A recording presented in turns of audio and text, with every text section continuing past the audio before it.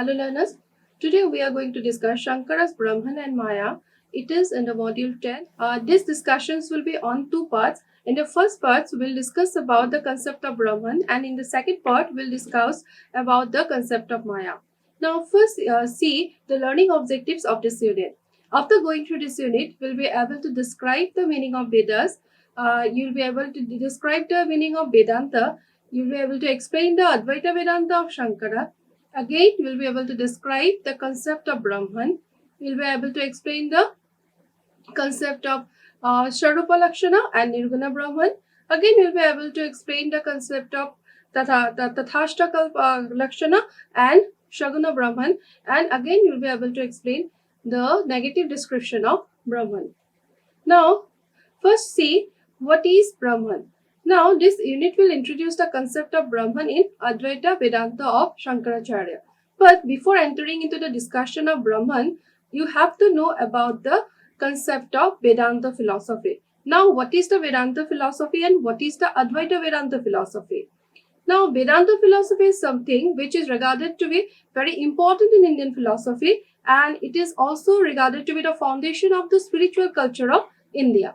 Now, the term Vedanta, this particular term is consist of two terms. One is the Veda and other is the Anta. So, if we'll give the importance on the literal meaning of this term, then we'll find that the meaning of Vedanta is the end of the Vedas. In this sense, it stands primarily for the Upanishads, because Upanishads are regarded to be the end of the Vedas, both chronologically and also from the philosophical point of view.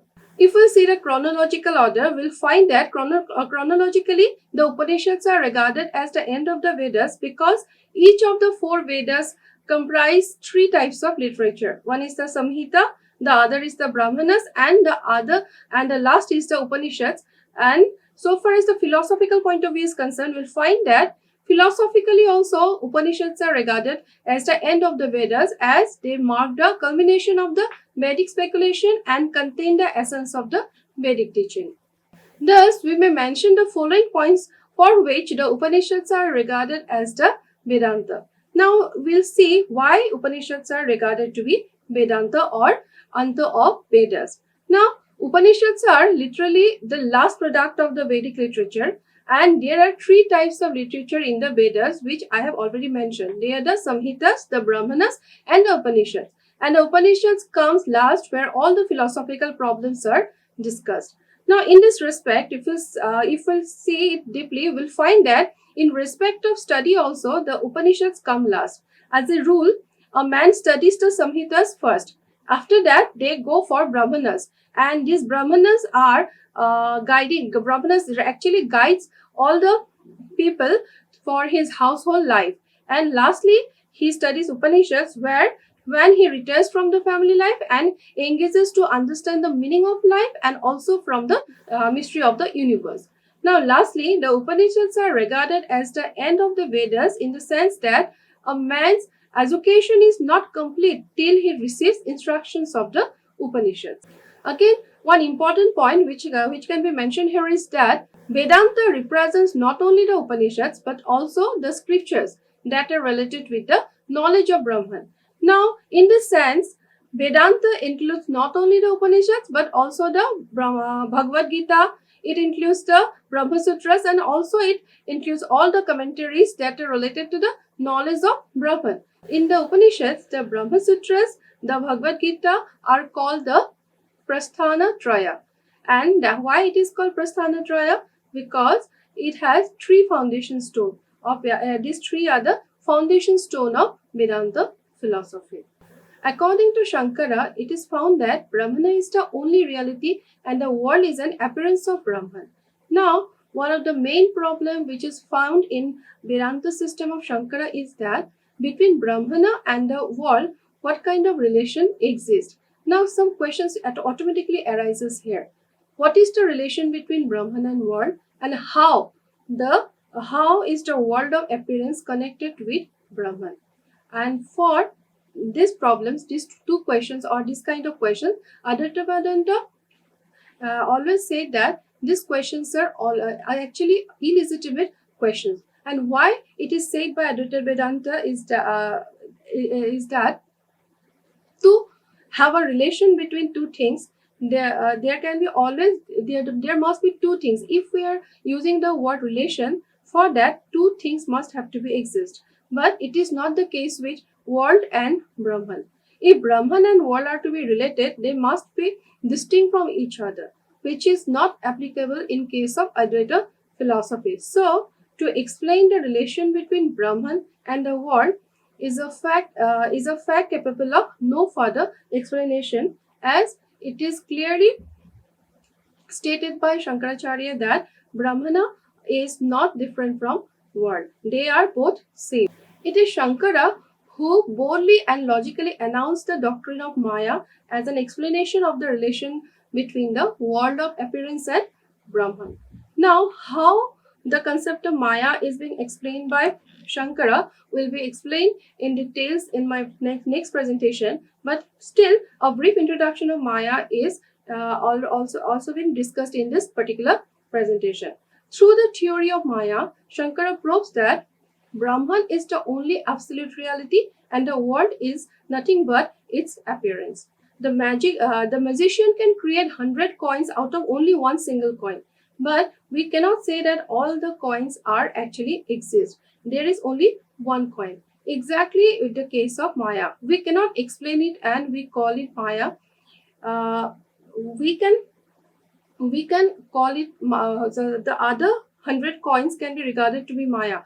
Now the question arises here is that what is the relation between world and the Brahman? In this respect, Shankaracharya said that in the traditional example of rope and snake illusion, the rope appears and the snake due to the darkness. Exactly, world appears only because of our illusion, and actual thing is the Brahman. Similarly, Brahman appears as the world due to Maya.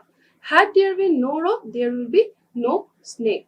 Exactly, there must be Brahman, and because Brahman exists, the world also exists. Thus, the concept of Maya is introduced by Shankara for the explanation of Brahman and the world of appearance.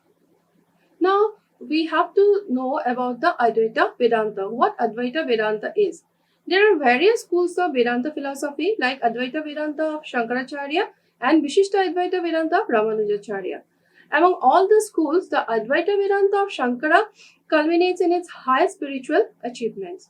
Now, so far as Advaita Vada is concerned, it is popularly means that the beliefs which believes that reality is only one. It means that Brahman is the only reality, and unlike other things, it does not believe the existence of other realities. Like any other doctrine of Indian philosophy, the Advaita thought also did not originated at one time, and it was the result of a gradual philosophical thinking. It is started from the period of Rig Veda, and which is regarded to be the oldest text of Hinduism. Now, so far as this Advaita concept is concerned, it has different concepts, but so far as Shankara is concerned, Shankara has given emphasis to only one reality, and that reality is nothing but Brahman. Now, the famous statement of the Rig Veda, Akam Sad Vipra Bahuta Badanti, it indicates that reality is only one and it expressed in many times and many ways. So far as Shankara's concept is concerned, it would be a mistake to suppose that Shankara was the first to propound the view of Advaita Vedanta. Actually, before Shankara also, Advaita concept of Advaita was there in Indian system. From Shankara himself, even so far as Shankara's view is concerned, we'll find that many philosophers have originated the concept of Advaita, and Shankara never claimed himself to be the founder of this Advaita system. Another Acharya, his name was Gaurapada, and who was the great grandfather of Shankara, had introduced the concept of Advaita. Now, yet the credit of Shankara lies in the fact that he had developed the Advaita Vedanta along with all the authentic human experiences, such as critical, moral, and the religious, etc., that were currently for a very long time. Now, Shankara is therefore regarded as the profounder of Advaita Vedanta. Again, Shankara has established Advaita Vedanta in a systematic and scientific way. The main concept of Shankara's Advaita Vedanta is the concept of Brahman. Now, we are trying to discuss about the concept of Brahman as presented by Shankaracharya. Now, the entire philosophy of Shankaracharya is expressed in a very beautiful half verse which runs as follows: Brahma Satya, Jagat Mithya, Jivo, Brahmainda, Na Para. Brahman is the only reality. The world is false. The individual soul is not different from Brahman. Now, it is said by Shankaracharya that individual self is same with Brahman. Okay, but one term he had used in this regard is Atman. He has regarded the individual self as Atman and the universal self as Brahman. But it is also said that ultimately individual self will immerse in the absolute self, and that is Brahman. That's why Atman and Brahman are not different things; they are same. Thus, the fundamental point of Shankara's Vedanta is that Brahmana is the absolute reality. The world is nothing but the appearance of Brahman due to Maya. This philosophy is also called Brahma Vidya, as its main subject is about the knowledge of Brahman. The meaning of Brahman has already been fixed by the Upanishads, and the Shastras and Shankara followed the same ancient tradition in his philosophy. Now we'll discuss about the nature of Brahman. In the Upanishads, Brahman had been characterized from 2 points of view. These are essential and secondary, intermediate and determinate, or we can say that in Shankara's Vedanta also, we find that Brahmana has been explained in the same sense and is stated in the Upanishad. Again, we'll discuss here, we'll repeat here that there are essential and secondary or indeterminate and determinate qualities called Brahman. Okay. Now let us discuss the Brahman from these 2 points of view. These are the 2 points of view from which we can discuss the concept of Brahman according to Shankara. Now, Sharupa Lakshana of Brahman. Okay, Sharupa Lakshana or in indeterminate points of view. Now, from the Sharupa Lakshana of Brahman, it is said that the Swarupa or the essential definition of a thing consists of the essential nature of the thing. The Shruti describe Brahman as the Satyam Jnanam Anantam, and that is the meaning of this term is Brahman is existence, Brahman is consciousness, and Brahman is infinite. Why Brahman is called Satyam? It is said by Shankaracharya that Brahman is not contradicted by any time. It is always the same and does not undergo any change. It is truth uncontradicted, and it is Sat or Satya. Brahman is called Jnanam. Brahman is called Jnanam because Jnana here does not mean any ordinary knowledge. The knowledge we have is a ordinary knowledge because here always we are found to be involved 2 components. One is the knower and other is the known. So whenever we are saying about Jnana or knowledge in ordinary term point of view, then we'll find a relation between this knower and the known. But so far as the concept of Brahman is concerned, Brahman does not have any relation between known and knower, but knowledge which is beyond the duality of subject and object, knower and known. Why it is said by Shankara in this way is that knowledge is the nothing different from Brahman, or knowledge is not the attribute of Brahman, but knowledge itself is Brahman, or Brahman is knowledge itself. Again, Brahman is called Anantam. It is called Anantam because Shankara has defined Brahman as infinite, eternal and unlimited. It is devoid of all considerations of time, space and causation. Another definition of Brahman is Sat Chit Ananda. These 3 terms, Sat Chit Ananda, are not attributes of Brahmana, but these are the very characteristics of Brahmana. Now, so far as Brahmana can be regarded as Sat, it means that Brahmana is truth and Brahman is never false. Again, Brahman is Chit. Why it is regarded to be Chit? Because Chit or consciousness, Chit or consciousness is something which is nothing but Brahman. It is self-luminous and shines by itself and in itself. Brahmana is Ananta. Why it is regarded to be Ananta? Because Brahmana is bliss or bliss in itself. Now, so far as we'll see see the statement Sat Chit Ananda, it means Brahmana is consciousness, Brahmana is existence, Brahmana is knowledge, and Brahmana is something which is bliss in itself. It is not the case that some bliss will be one of the quality of Brahmana, but Brahmana is bliss itself. Brahmana is Sat, Brahmana is Chit, and Brahmana is Ananda. Or it is being, it is consciousness, and it is bliss. Brahmana is thus the pure subject without any object and other predicate. It is thus the Nirguna Brahman.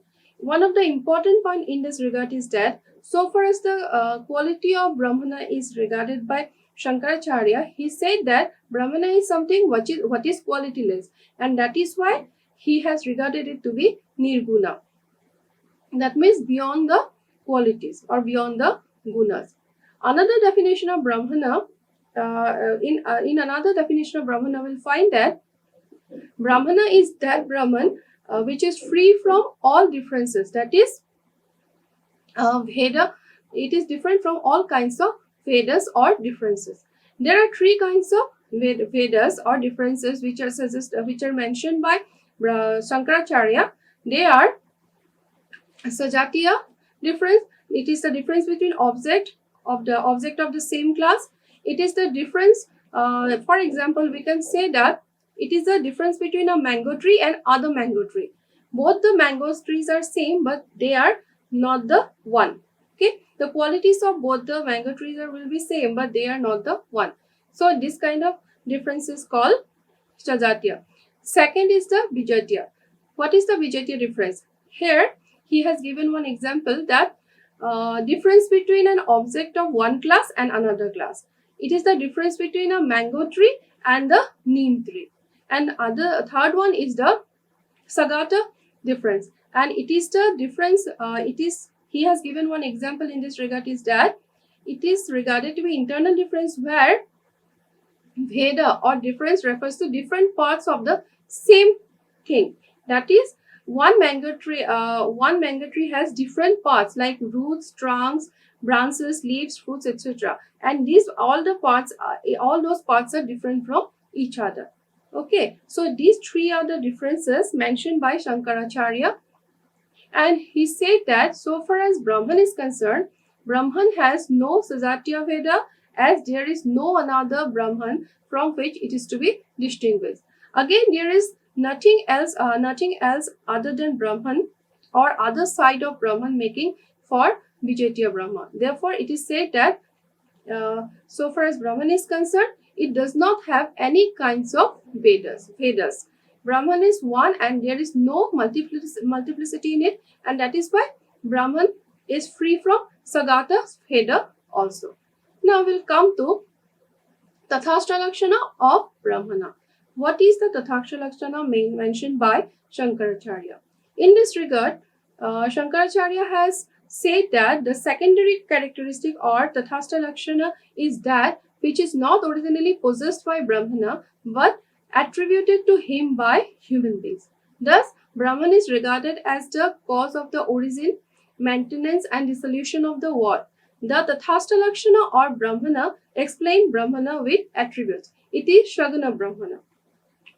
So far as original concept of Brahmana which is presented by Shankaracharya is concerned, or where he has regarded the main term Advaita, here Brahmana is always regarded to be Nirguna. But because of the attributes human being has forcibly possessed to him, the concept of Brahmana becomes Shaguna also. Thus, we have seen that in the Advaita Vedanta, Brahmana manifests itself into two forms. In itself, it is unqualified or Nirvishesha, indeterminate or Nirguna, and indefinable or Anirvachaniya. But associated with its own power Maya, it appears as qualified or qualified, determinate or Shaguna. Now, he is the Lord, Ishvara of the universe. when we are saying about Saguna Brahma is nothing but the Lord or Ishvara of the universe. He is the creator, he is the preserver, he is the destroyer, and it is inner controller. Now, when we are saying about Saguna Brahma, or where we have forcefully given to him all these qualities: creator, perceiver, preserver, destroyer, inner controller, everything. Brahman manifests itself into two forms, which is in fact its two causes.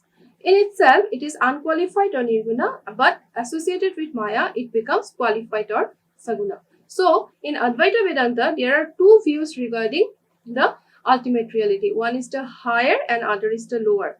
Higher can be regarded to be para and lower can be regarded to be apara. Nirguna and shaguna. So far as higher quality is concerned, it is nirguna, or so far as lower quality, lower Brahman is concerned, it can be regarded to be saguna.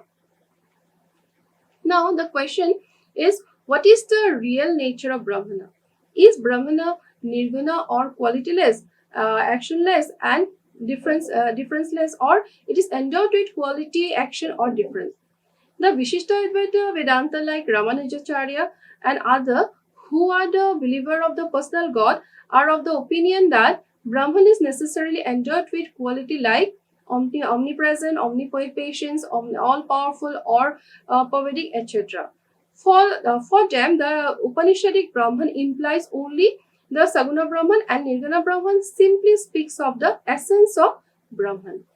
On the other hand, the Advaita Vedanta philosophers or the supporters of Advaita Vedanta philosophy are of the opinion that Brahman is essentially nirguna and niskriya. That is, it is devoid of any quality or action. According to Shankara, nirguna Brahman is the metaphysical principle and it can be realized only when man attains the ultimate knowledge of Brahman, that is Brahmagyana.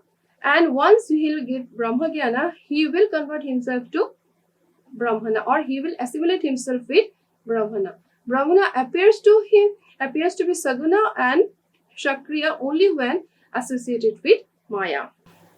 Now, it is also said by Shankaracharya that Brahman is thus viewed from two points of view. One is from the transcendental or Paramarthika points of view, and other is the which can be regarded to be nirguna, and other is the phenomenal point of view or Vyavaharika point of view, where it becomes shaguna. It is conceived of as having a form, a name or other qualities. Okay, other qualities like omniscience, omnipresent, omnipotent, all powerful, goodness, grace, beauty, etc. And ultimately, we have named this.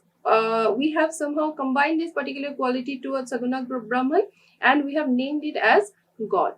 Thus, Nirguna and Saguna Brahman are not two different realities. The same Brahman is Nirguna and Shaguna from two different point of view. When we'll observe it from Shankara's Advaita point of view, it will be Nirguna, and whenever we'll be perceiving it with the help of Maya, it will become Shaguna. Now, from the transcendental or Paramarthika viewpoint, Brahmana is Nirguna, and from the Vyavaharika point of view or empirical point of view, it is Saguna or God. In this manner, Shankara brings out a consistency among the two sets of Upanishadic Brahman as Shaguna and Nirguna. Now, we'll try to see the concept of neti, which is found in the Shankaracharya's Advaita Vedanta. Now, neti is a particular way with the help of which the concept of Brahmana is tried to be defined. Now, what is this concept of neti? In the Upanishads, the best way of knowing Brahman is described in the negative ways.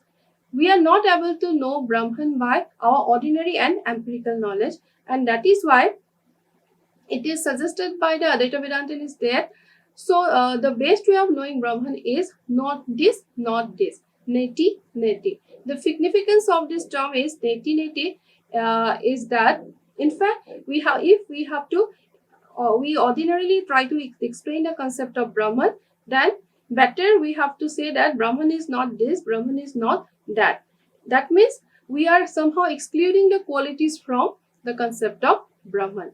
Brahman, the pure being, cannot be grasped by the empirical knowledge. So we may have a glimpse of the absolute reality through the negative description of neti, like Brahman is not this, Brahman is not that, etc. Thus, from the above discussion, it can be said that we come to know that the Brahman is the ultimate reality according to Shankaracharya. Brahman cannot be viewed from the point of view of Nirguna and Shaguna, and it is said by Shankaracharya that Brahman is something which is actually Nirguna, but we can view it with the help of help of Maya. We can also view it as Shaguna. From the transcendental point of view, Brahman is Nirguna. Brahman can be realized only by those rare few who have attained Brahmagyana. Shaguna Brahman, on the other hand, can be known as the phenomenal point of view. Shaguna Brahma is the theistic god and who satisfies the religious attitude of the human being. Now we'll just see the brief summary of this presentation. In this presentation, first we have see about the Vedanta philosophy, and we have found that Vedanta philosophy represents primarily for the knowledge of Brahman. Vedanta philosophy is based on the Prasthaya Traya, that is the Upanishads, the Bhagavad Gita, and the Brahma Sutras. Now, Advaita Vedanta of Shankara is one of the main school of Vedanta philosophy, and it is always give importance on the on the fact that reality is one.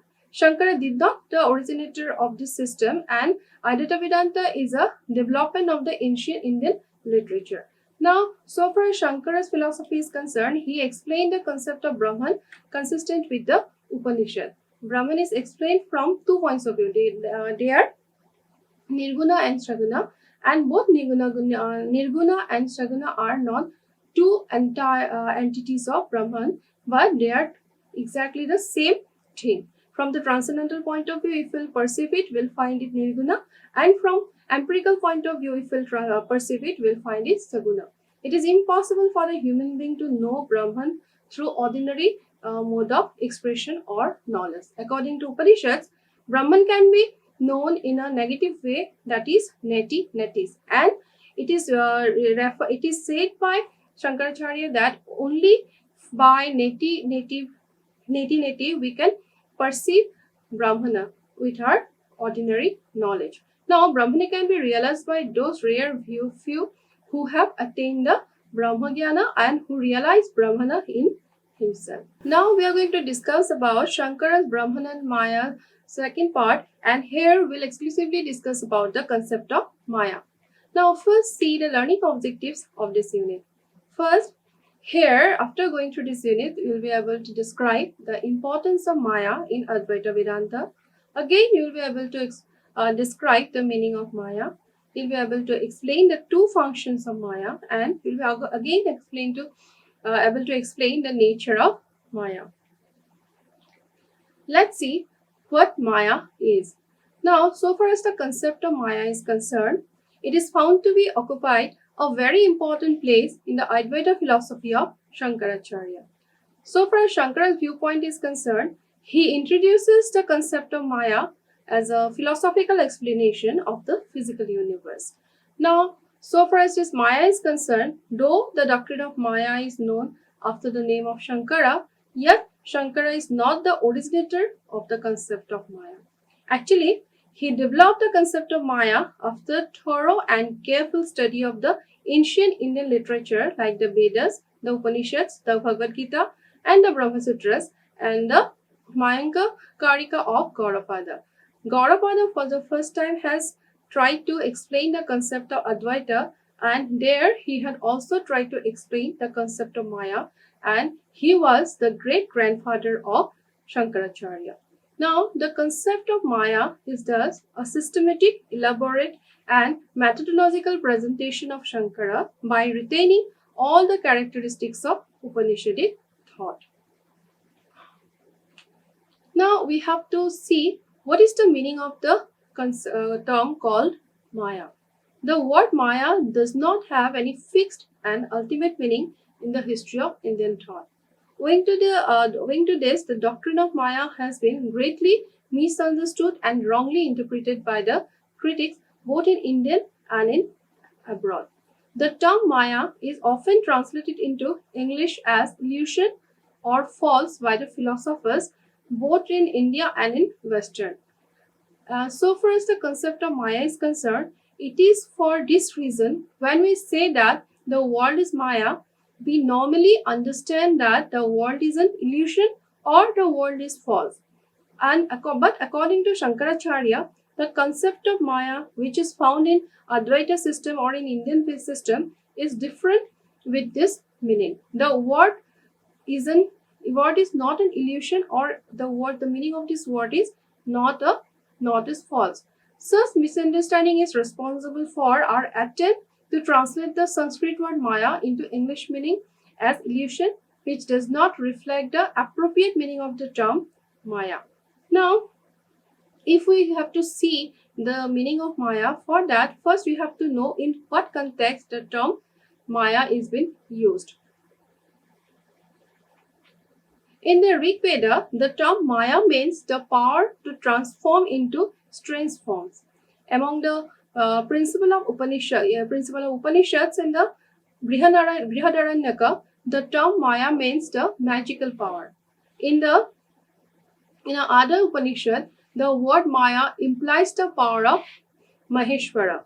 In the Bhagavad Gita, Maya means the Shakti of Ishvara. Now, if we focus on the literal meaning of the term Maya, we'll find that the word Maya consists of two words, Ma and Ya.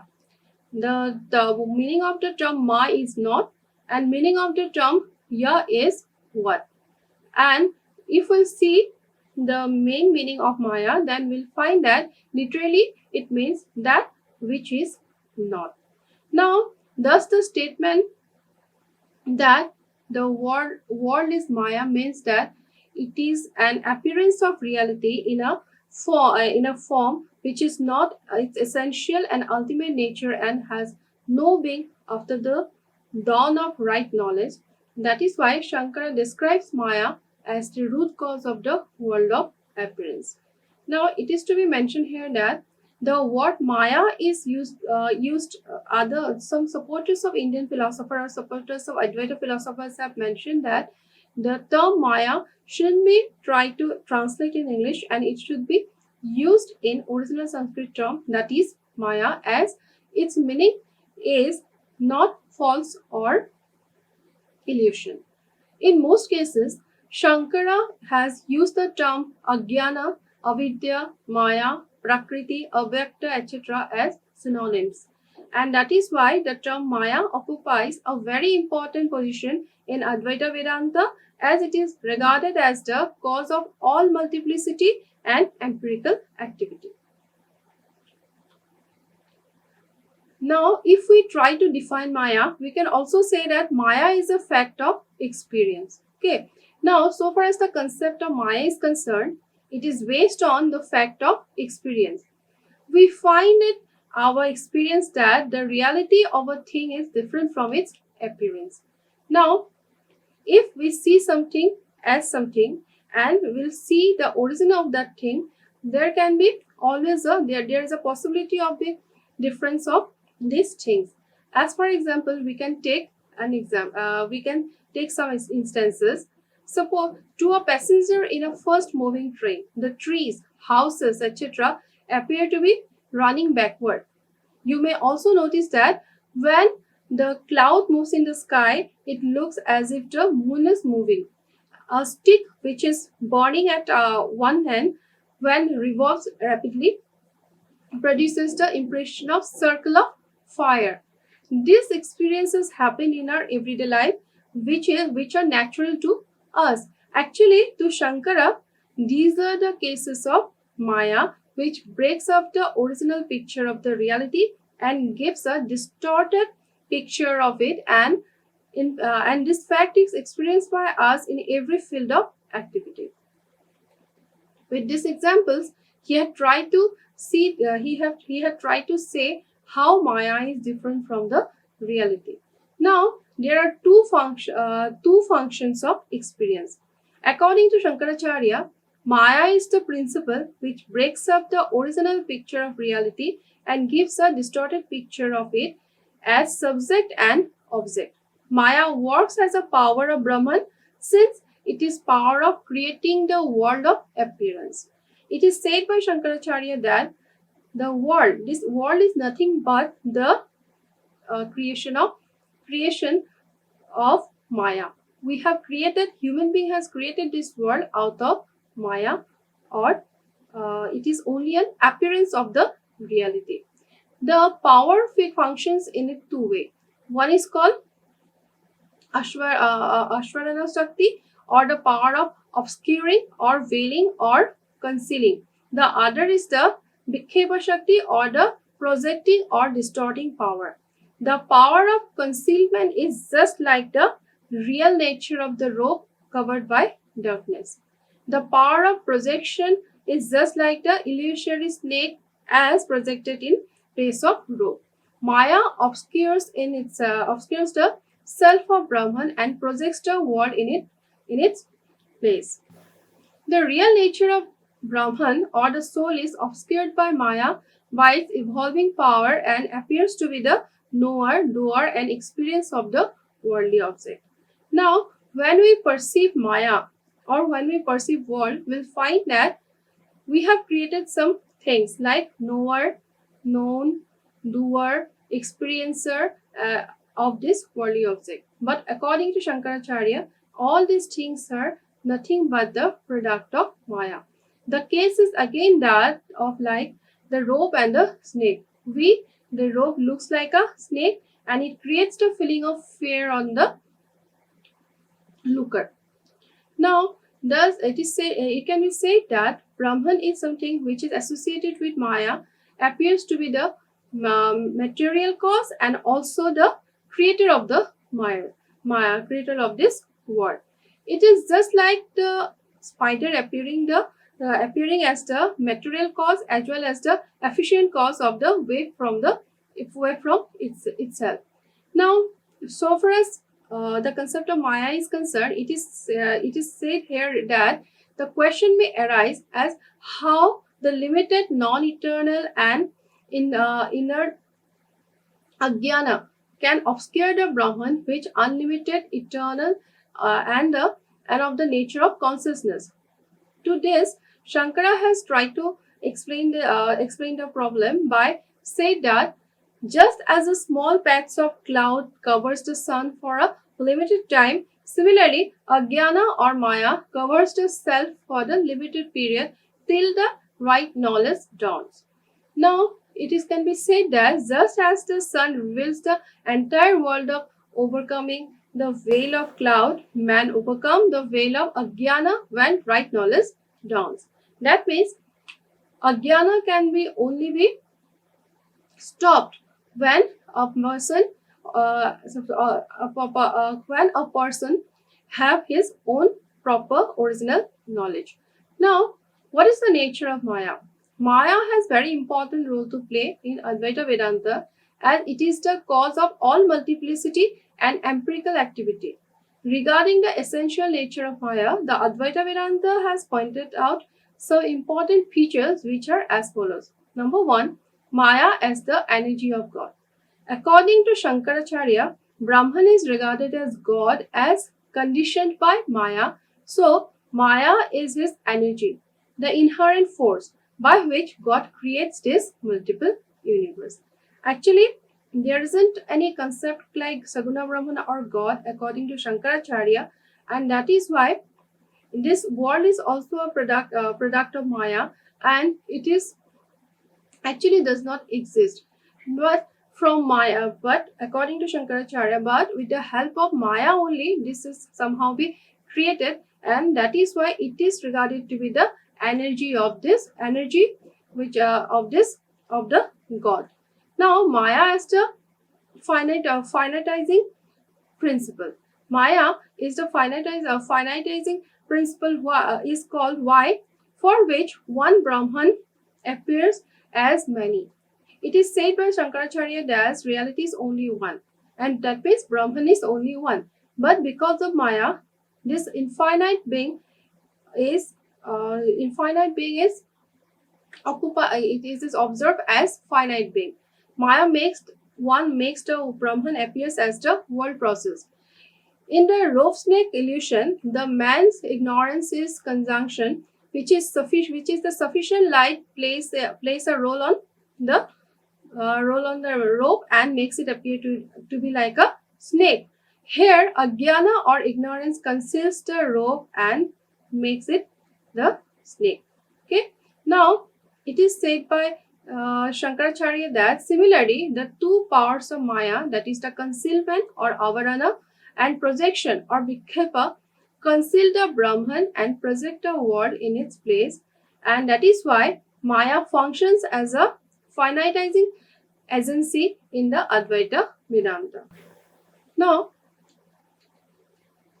Maya is also regarded to be Anadi. Maya is Anadi, that is beginningless. It is not possible to say that when this association of Maya with Brahmana has started. Now, it is as old as the history of the world, and no one can say when the world of appearance began. Its origin is beyond our comprehension. As that is why we are subject to this Maya, and that is why this world is there. And because world is there, that is why Shaguna Brahman is also there. But though Maya is Anadi or beginningless, it is not Ananta, without an end. And it is said by Shankaracharya that after the realization of Brahma Jnana, one can overcome the Maya or Ajnana or ignorance. So, Maya, though it is regarded to be Anadi, but it is not endless. Again, it is said by Shankaracharya that it has another quality that is called Bhavaruta, Bhavarupa, or a positive entity. According to Advaita Vedanta, Maya is a positive entity or Bhavarupa and not a negative one, that is Jnana Viruddha. It cannot be regarded as a negative entity since it is the material cause of the world. Without Maya, this world couldn't be come into existence because it has the power to create something. That is why it is regarded to be a positive entity and not a negative entity. Now, it cannot be regarded to be a negative entity because it is the material cause of the world, and that is why Maya not only conceals the reality of Brahman but also misinterpret the reality into various forms of appearance. So, it can be said that if something is to be regarded to be positive, it is something which can be regarded to be positive. Now, according to Shankaracharya, it is also found that Maya is antagonistic to knowledge, and it means that Maya or Ajnana is displayed by right knowledge. That means if we'll have the right knowledge, then this particular notion called Maya can be disappeared. Maya vanishes all the dawn of knowledge of Brahman, just like the darkness vanishes before the light. So, Maya is not only absence of apprehension but misapprehension of the world as well. Again, Maya is indescribable or anirvachaniya. Now, why it is called indescribable? Maya is indescribable because it is devoid of any well-defined nature. Now, if we'll not find any particular nature or well-defined nature of the concept of Maya, for it is neither existent nor non-existent, nor both. And again, it is neither similar with Brahman, not totally different from Brahman, or not different from both. It is neither composed of parts nor it is partless or nor both. Hence, it is indescribable. We don't find any way to define the concept of Maya. Now, so far as Maya is concerned, we'll again find that it cannot be regarded as an existent or real like Brahman, since it is contradicted by the right knowledge. Again, nor it can be regarded to be absolutely non-existent like a sky flower, since it is a fact of experience. Again, it cannot be both existent and non-existent, which is self-contradictory to each other. Now, if we try to define Maya, we'll find that Maya can be equal with Brahman nor different from Brahman, which will involve dualism. Again, since difference and non-difference are mutually contradicted, contradicted to both of them, that is why it cannot be associated with Maya. Even Maya cannot be regarded as composed of parts or partless, or both parts and partless, which is impossible. Thus, according to Shankaracharya, so far as Maya is concerned, it is anirvachaniya. It cannot be described in any way. Again, Maya is regarded to be Trigunatmaka. Why it is regarded to be Trigunatmaka? We'll find the answer of this question in Shankara's explanation. It is said by Shankaracharya that Maya is composed of three gunas. There, Maya is like Prakriti of Sankhya, which is composed of three gunas. They are Sattva, Raja, and Tama. It must be remembered that Maya cannot be equated with Prakriti of Sankhya. There are some fundamental differences between the two. The Prakriti of Sankhya is an ultimate reality which is independent of Purusha. So far as concept of Maya is concerned, in Advaita Vedanta, it is considered to be the primordial cause of the universe which is dependent on Brahman. Now, if we'll see Maya, we'll find that Maya helps, as it were, to Ishvara in this creation and hence dependent on the Lord. Now, we have already discussed about the concept of Maya in this presentation. Now, we'll see the summary of this presentation. Now, in this presentation, we have found that Shankara introduces the doctrine of Maya to explain the world of appearance. Now, Maya has no fixed meaning in Indian philosophy, for which there arises much misinterpretation. Someone has treated it as illusion and someone has treated it as false. But different schools of Indian philosophy has interpreted the concept of Maya in a different way. So Maya cannot be translated as it is. We'll find in English dictionary. Maya does not mean illusion, neither it means false. Maya means that what it is not. The concept of Maya is a fact of experience. Maya works in two ways. One is the Avarana Shakti and other is the Vikkhapa Shakti. Maya has many important features. With the help of Maya, the world has somehow emerged, and that's why all the qualities has been imposed to the world and imposed to the Nirguna Brahman also. And with the help of Maya only, Nirguna Brahman become Saguna Brahman, and here all the qualities like omnipresent, omniscient, powerful, creator, destroyer has somehow connected to the Brahman, and it becomes totally Saguna. So this is in brief about the concept of Maya, which we found in the philosophy of Shankaracharya. So I think you have understood this properly. Thank you.